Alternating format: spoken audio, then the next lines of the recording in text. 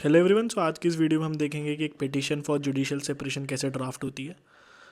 आज का हमारा ड्राफ्टिंग की सिचुएशन कुछ ऐसी है कि एक हस्बैंड है जो कि मेंटल क्रुएलिटी फेस कर रहे हैं। वो एक जुडिशियल सेपरेशन चाहते हैं अपनी वाइफ के साथ, और उनकी जो मैरिज है उससे दो बच्चे बॉर्न आउट हुए हैं। इसके ऊपर हमें एक पिटिशन बनानी है। स्टार्टिंग में हमारा ये हम हर ड्राफ्ट में सिमिलर होता है, जिसमें हम सेंट्रल अलाइन के साथ कोर्ट की इन्फॉर्मेशन देते हैं और कहाँ का वो कोर्ट है, जैसे कि साउथ डिस्ट्रिक्ट दिल्ली हमने करा। यहाँ पे हमारा HMA पिटीशन नंबर आएगा, यानी केस के हिसाब से जो भी नंबर आपका अलॉट हुआ है। लेफ़्ट इनलाइनमेंट से आप आपके पिटिशनर की इन्फॉर्मेशन देना स्टार्ट कर देते हैं, तो उनका नाम, सन ऑफ और ये सारी डिटेल। अगले उसमें वर्सेस में जाके आप जो वाइफ है उनकी इन्फॉर्मेशन दे देंगे, जो कि हमारे रिस्पोंडेंट हो गई। अब यहाँ से हमारी मेन ड्राफ्टिंग जो है चालू होती है। अब देखिए, जो पहला पॉइंटर है वो होता है हमारा हेड नोट। हेड नोट लिखना बहुत ज़रूरी होता है, क्योंकि सबसे पहले जज यही हेड नोट को पढ़ के आगे समझता है कि ये वाला डॉक्यूमेंट क्या कहता है, क्योंकि उसके पास बेसिकली बहुत सारे डॉक्यूमेंट्स हैं जो एक कंपाइल्ड फॉर्म में उनके सामने रखे हुए हैं। सबसे पहले इसमें सबसे इंपॉर्टेंट होता है सेक्शन, किस सेक्शन के अंदर आप कोर्ट के पास गए हैं। यहाँ पे आपने हिंदू मैरिज एक्ट लिख दिया। अब स्टार्टिंग में हमारी फर्स्ट पॉइंटर होता है हमेशा इंट्रोडक्शन वाला।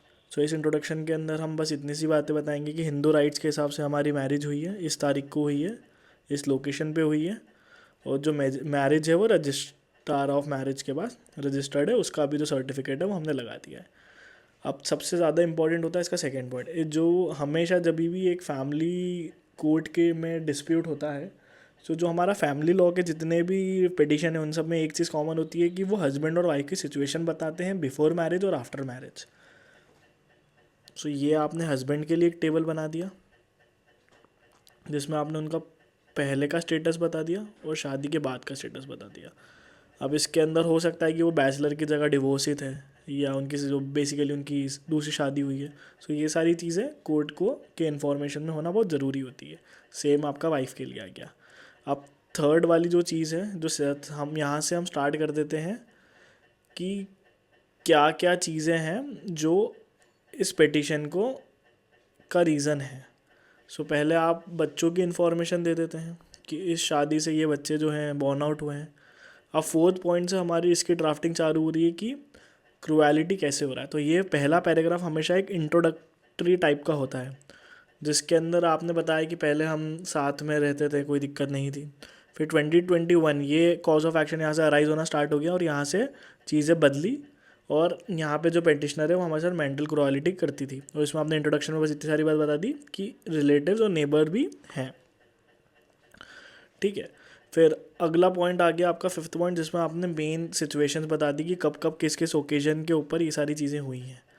यहाँ से हमारी जो पिटिशन है वो थोड़ी स्ट्रॉन्ग वर्ड जाएगी, यानी कि वो इंसिडेंट्स बताएगी कि कब क्या हुआ है और कैसे कैसे सिचुएशन जो है अराइज हुई है। और यहाँ पे बहुत सारे फैक्ट्स हो सकते हैं जो कि आपके केस के हिसाब से डिफ़र करेंगे। किसी दिन मारा है, या किसी दिन किसी के सामने अब्यूज़ करा है, या किसी और तरीके का कुछ किसी और टाइप की क्रुएलिटी है। फिनेंशियल भी हो सकती है, मेंटल भी हो सकती है। ये सारी चीज़ें आप बताएंगे। इस केस के अंदर बहुत सिंपल केस रखा है हमने कि ये 3 डेट्स दे के रखी हैं, और इस पर बस अब्यूजिंग लैंग्वेज जो है उनके खिलाफ हुई है, और उन्हें डराया गया है कि उनके फैमिली मेम्बर्स के खिलाफ एक फॉल्स क्रिमिनल केस जो है हो सकता है। ये चीज़ हो गई। अब जब ये इंसिडेंट हुए तो इस इंसिडेंट से क्या हुआ। इस इंसिडेंट से जो हमारा रिस्पोंडेंट है उन्हें मेंटल एग्नी हुई, स्ट्रेस हुआ, ह्यूमिलिएशन हुआ, जिसके कारण उनके लिए इम्पॉसिबल हो गया वो एक कि वो इस मैट्रिमोनियल लाइफ में रिस्पोंडेंट के साथ कंटिन्यू करें। और ये वाला जो इनका एक्ट है वो किसी भी तरह से माफ़ नहीं करना चाहते हैं, वो नहीं कर पाएंगे। ये चीज़ें हो गई। अब अगली चीज़ जो है, जो हर पिटीशन के अंदर आती ही हैं, जो कि बहुत कॉमन पॉइंटर्स है जो आपको एक बार देख लेनी चाहिए, वो ये है कि ये वाली पिटिशनर अब देखिए इस सिचुएशन में क्या हुआ, जैसे हमने पहले म्यूचुअल कंसेंट से भी देखा था, तो वो कलेक्टिवली एक पिटिशन जो है ड्राफ्ट हुई थी। बट इस केस के अंदर हमने कलेक्टिवली नहीं करी है, इसलिए फैमिली कोर्ट में ये एक थोड़ी सी बातें बताना ज़रूरी होती है। जैसे इस केस के अंदर आपने एज अ कलेक्टिव पिटिशनर नहीं फाइल करा है, तो ये वाली चीज़ हमने कोर्ट को क्लियर कर दी। किसी भी प्रकार का डीले नहीं है, कोई लीगल ग्राउंड जो इसके अलावा हमें और कोई रिलीफ नहीं चाहिए सेपरेशन के अलावा, ये हम कोर्ट से रिक्वेस्ट कर रहे हैं। इससे पहले कोई भी प्रोसीडिंग नहीं चल रही है, यानी रेस जुडिकाटा और इन सब की बात भी से भी हम क्लियर हैं।